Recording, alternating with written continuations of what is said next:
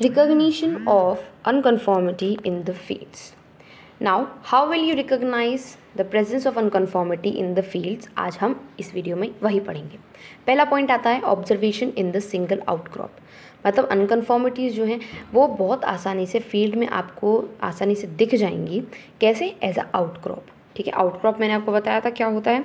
मैं एक और बार फिर से एक्सप्लेन करती हूँ कि ये आपका ग्राउंड सरफेस के अंदर मान लीजिए कोई रॉक होगी, उसका थोड़ा सा हिस्सा ग्राउंड सरफेस के बाहर निकल रहा है, तो ये जो उभरा हुआ हमको इमर्ज्ड एरिया दिखेगा उसको हम आउटक्रॉप कहेंगे। ठीक है, तो ये थी आपकी आउटक्रॉप। तो आसानी से आउटक्रॉप के बेसिस पे हम अनकन्फॉर्मिटी को क्या कर सकते हैं? रिकॉग्नाइज कर सकते हैं along the mountains, quarries, roads या रेल कटिंग्स पे। ठीक है, तो जहाँ जहाँ आउटक्रॉप्स होंगी along the mountains, quarries, roads या रेल कटिंग्स, तो वहाँ पर अनकन्फॉर्मिटी होने के चांसेस रहते हैं।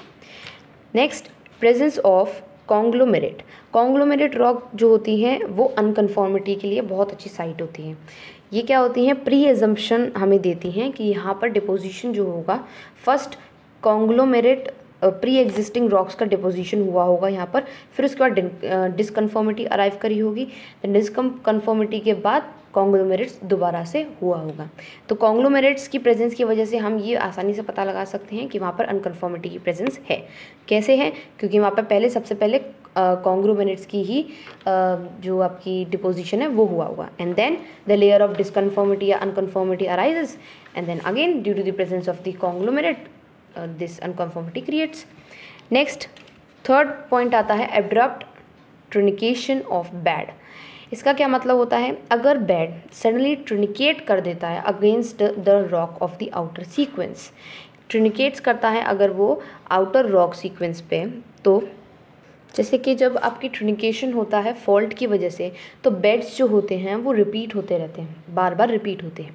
बट इन केस ऑफ अनकन्फॉर्मिटी क्या होता है? सेम बेड्स जो होते हैं वो रिपीट नहीं होते। किसकी वजह से? डिसकन्फॉर्मिटी की वजह से।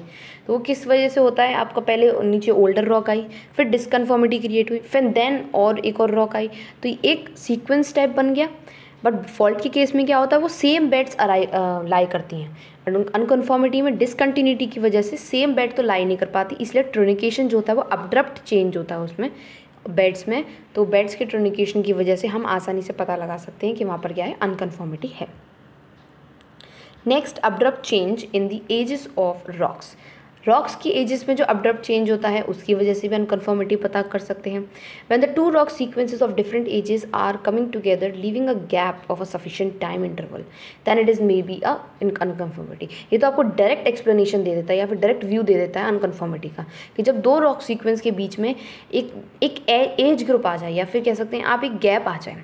ठीक है ना, एज ग्रुप मीन्स लाइक जो दो रॉक सीक्वेंस है वो डिफरेंट एजेस की हो, तो बीच में क्या आ जाए? एक गैप आ जाए, एक सफिशिएंट टाइम इंटरवल का, तो उस गैप को आप क्या कहोगे? अनकन्फॉर्मिटी। अगर गैप आता है, और अनकन्फॉर्मिटी का तो डेफिनेशन ही ये है कि बीच में डिसकन्फॉर्मिटी की या फिर नॉन डिपोजिशन की एक लेयर आ जाए, या नॉन डिपोजिशन का एक गैप आ जाए, तो वही जो गैप आता है उसको कहेंगे आप अनकन्फॉर्मिटी। नेक्स्ट आपका आता है अब्रप्ट चेंज इन दी मेटामॉर्फिक ग्रेड्स। अब मेटामॉर्फिक जो ओवरलाइंग मेटामॉर्फिक ग्रेड्स होते हैं ना, एंड द अंडरलाइंग यूनिट्स, उनकी वजह से क्या होती है? अनकन्फॉर्मिटी क्रिएट होती है। Next, difference in intensity of deformation. What is the difference in intensity of deformation? अब जो डिफरेंस होता है इंटेंसिटी डिफॉर्मेशन की, वो ओवरलाइंग और अंडरलाइंग रॉक फॉर्मेशन की वजह से होता है। वो भी आपका क्या बताता है कि अनकन्फॉर्मिटी यहाँ पर एग्जिस्ट है, करती है, या फिर यहाँ पर अनकन्फॉर्मिटी फॉर्म हो रही है। किसकी वजह से? The difference in overlying and underlying rock formation. The difference in overlying and underlying rock formation. अब हमारा लास्ट एक छोटा सा टॉपिक बचा है, दैट इज़ सिग्निफिकेंस ऑफ अनकन्फॉर्मिटी। उसको भी हम इसी वीडियो में कवर कर लेते हैं, उसके बाद हमारी ये वाली यूनिट कंप्लीट हो जाएगी। स्टार्ट करते हैं हम। सिग्निफिकेंस क्या क्या होते हैं अनकन्फॉर्मिटी के?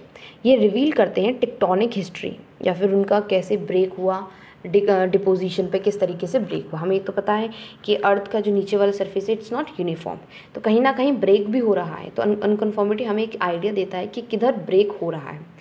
Now, second part is some unconformities have great importance since they mark as a significant stratigraphic break at a particular level on a regional scale. तो कुछ अनकन्फॉर्मिटी ऐसी होती हैं जो कि बहुत ज़्यादा इंपॉर्टेंस की होती हैं. क्यों होती हैं? क्योंकि बहुत अच्छा ब्रेक शो करती हैं, वो एक पर्टिकुलर लेवल पे जाके बहुत लंबा ब्रेक शो करती हैं, जिसकी वजह से वो ग्रेट इंपॉर्टेंस की भी होती हैं. वो इम्पॉर्टेंट होती हैं क्यों? क्योंकि वो इंजीनियरिंग प्रोजेक्ट्स को अपनी तरफ खींचती हैं. जो इंजीनियरिंग प्रोजेक्ट्स होते हैं ना, वो भी अनकन्फॉर्मिटी को देख के ही अपने कुछ डिसीजंस को चेंज भी करते हैं.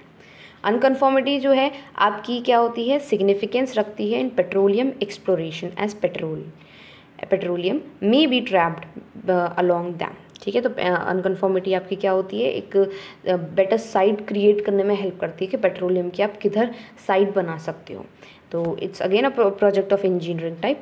तो अनकन्फॉर्मिटी क्या होती है आपकी, एक ऐसी साइट क्रिएट होती है जो पेट्रोलियम एक्सप्लोरेशन के लिए आपके लिए आसानी क्रिएट करें. Then many a times unconformity contains valuable minerals like diamonds या यूरेनियम. कभी कभी अनकन्फॉर्मिटी के अंदर बहुत सारे वैल्यूएबल मिनरल्स होते हैं, जैसे कि डायमंड हो गया, तो यूरेनियम होगा. So it also have some economic value also. ठीक है, तो डायमंड और यूरेनियम कुछ इकोनॉमिक वैल्यू भी कंटेन करते हैं. तो उस अनकन्फॉर्मिटी के अंदर ये प्रेशियस स्टोन्स पाए जाएंगे. So it may help our country, right. तो ये थे आपके सारे significance of unconformities and the how you can recognize in the field. ठीक है, this is all for today's video. अब हम नेक्स्ट वीडियो में न्यू यूनिट लेके आएंगे. Thank you for watching this.